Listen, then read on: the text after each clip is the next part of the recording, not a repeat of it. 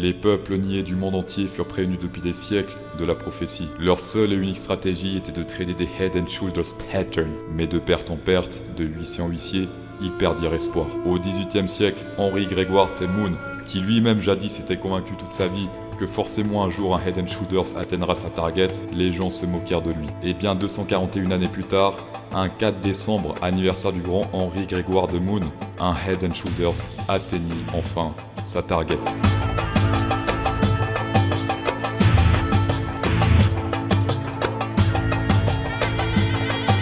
Aujourd'hui dans le Bitcoin, ça swing entre les mâts de 100 au-dessus et en dessous. Pourquoi cette bougie rouge actuelle ? Peut-être qu'hier, je vous ai prévenu qu'il y avait un potentiel retournement ici, ça se voit juste tout à l'heure. Je fais rarement ce genre de support-résistance, mais là il y a quand même deux grosses résistances à prendre en compte en daily. On a déjà ce rebond ici qui est quand même majeur, d'accord ? Et cette diagonale ici blanche, on a rebondi 2 fois ici dessus. Et là actuellement on se fait rejeter sur la bougie actuelle, même la bougie d'hier d'ailleurs, on se fait rejeter, bim, là on descend. On va voir après les targets. Niveau Fibonacci diagonale, il n'a pas atteint sa target hier, comme je suis très précis, bah ici clairement il n'a pas atteint, donc là c'est un échec. Voilà, après historiquement ça fonctionne plutôt bien, c'est Fibonacci diagonale, il suffit de regarder ici, les rebonds, les retests, etc. Ici ça commence à partir gentiment en couille, j'ai l'impression, genre là il rebondit je ne sais pas où, là aussi. Ici pourquoi pas, d'accord, là il a bien rebondi sur le 0,6, d'accord, il rebondit sur 0,6, donc reste à voir ici si peut-être c'est juste un retest pour toucher ce 0,5. Alors il y a un gars qui m'a dit hier dans les commentaires, oh CryptoSource, te compte faire de Fibonacci diagonale, Fibonacci c'est pas diagonale, et en plus tu fais 666, c'est con. Alors je suppose pour toi, vu que les Fibonacci diagonales c'est de la merde, bah les résistances diagonales c'est de la merde aussi, hein, règle de 3, t'as encore des choses à apprendre. C'est un outil qui est disponible sur TradingView, et je pense qu'ils s'y connaissent un peu mieux que toi en Fibonacci, entre nous. T'avais dit que Fibonacci 0,6 ici c'est de la merde, c'est ce qu'on va vérifier tout de suite. Alors ici on met le bottom, on met le top, le hasard, d'accord. Ensuite on peut faire également ici ce rebond là, il a rebondi sur quoi? Le top, ici, le bottom. Le hasard fait bien les choses, d'accord. Après au hasard ici par exemple, on prend par exemple le top ici du pseudo bull run 2019, on prend le bottom. Hop, le hasard, une fois plus. Voilà, t'en fais pas, c'est le hasard, le monde tourne très bien. Troisième dose, quatrième dose, t'en fais pas, ça va très bien se passer. Alors revenons sur la vidéo d'hier, ici, Fibonacci, zone danger, on se fait rejeter. Divergence bear confirmée, tendance baissière, divergence bear. On attend la boule rouge pour shorter. Boule rouge est apparue sur cette bougie-là. On a shorté ici, bim, actuellement on est en bénéf, ça se passe bien. Voilà, pour les targets, on fait l'extended fib.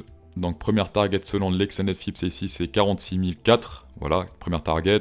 Et selon le Fibonacci normal, puisqu'il faut combiner les deux. Voilà, selon Fibonacci normal, première target, c'est ici 48 132. Donc on l'a pas encore atteinte pour l'instant. Première TP pour moi personnellement, la deuxième ça sera ici, puisque ça combine 0,3 plus la zone danger sur le Fibonacci normal. Donc TP1 48 132, TP2 45 762. Et le reste je laisse descendre si ça continue à descendre. On va passer sur le funding rate, pour l'instant pas de zone danger définie. Potentiellement ici ça pourra devenir une zone danger, donc vers ce niveau là, si là on se fait rejeter et qu'on ratteigne de nouveau cette target, bah on pourra de nouveau se faire rejeter vers cette target là. Et niveau bear, c'est tout sauf précis aussi pour l'instant. Ouais, non, niveau bear on peut pas mettre de zone danger, mais niveau bull pour l'instant, on atteint de nouveau cette target et on s'est de nouveau rejeté. Donc actuellement je pense ici ça devient une zone danger pour les bulls, voilà. Niveau open interest ça pue aussi un peu, puisque là le prix montait, là c'était tout droit.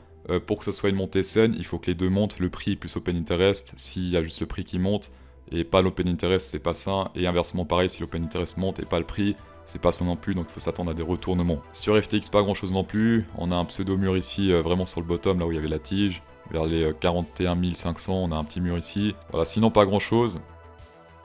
Sur FTX, c'est moyen aussi, on sait pas grand chose. Ici, on a un ordre quand même de 442 bitcoins. Après c'est mieux quand les murs s'empilent, parce que s'il y a juste un ordre, bah, il peut disparaître en 2 macrosecondes. Donc c'est mieux d'avoir plusieurs murs. Actuellement il n'y a pas grand chose ici, donc c'est pas ça qui va nous aider à faire nos trades. Pour faire les trades ça se passe sur Bybit. Demain il y a le launchpad de Real, un coin de Metaverse, ça se passera entre 8h et midi sauf erreur, ou 9h et midi derrière comme ça, enfin soyez présents entre 9h et midi, comme ça vous pouvez réclamer vos coins. Voilà, ça semble être un truc assez déter là sur Twitter, ils sont assez actifs, ils postent des news et tout. Il me semble qu'ils ont même posté un truc de concert là. Là ils organisent un concert Metaverse avec un artiste qui s'appelle Dutkno. 88 Rising, c'est qui ça?